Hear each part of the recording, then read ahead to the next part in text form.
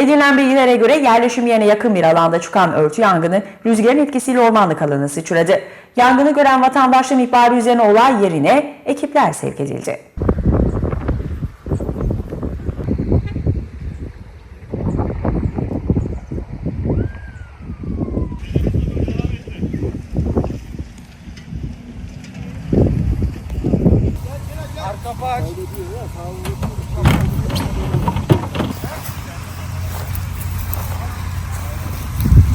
Bölgeye ulaşan ekipler yangını söndürmek için çalışma yaptı. Köylülerin yardımıyla yangına müdahale eden ekipler alevleri kısa sürede kontrol altına aldı.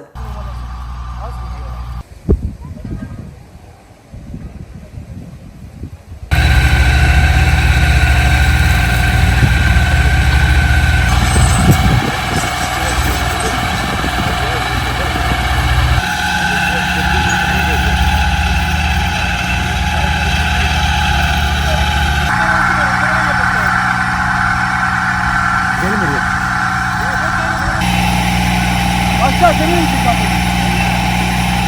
Abi o...